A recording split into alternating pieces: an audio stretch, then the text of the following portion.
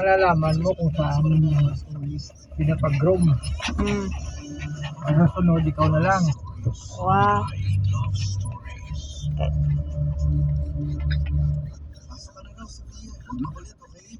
O, tingnan mo, di man lang marunong magpaalam. Mga bata talaga ngayon.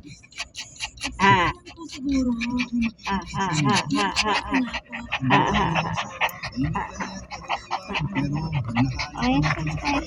Ay, sus. Ang pagiging magulang ay isang sa Diyos.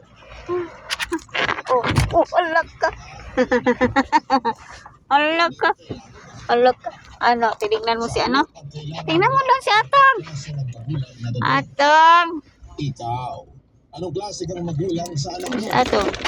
Pakinggan ang kwento ni Sandro sa Barangay Love Stories, #BLS Vacation Church School.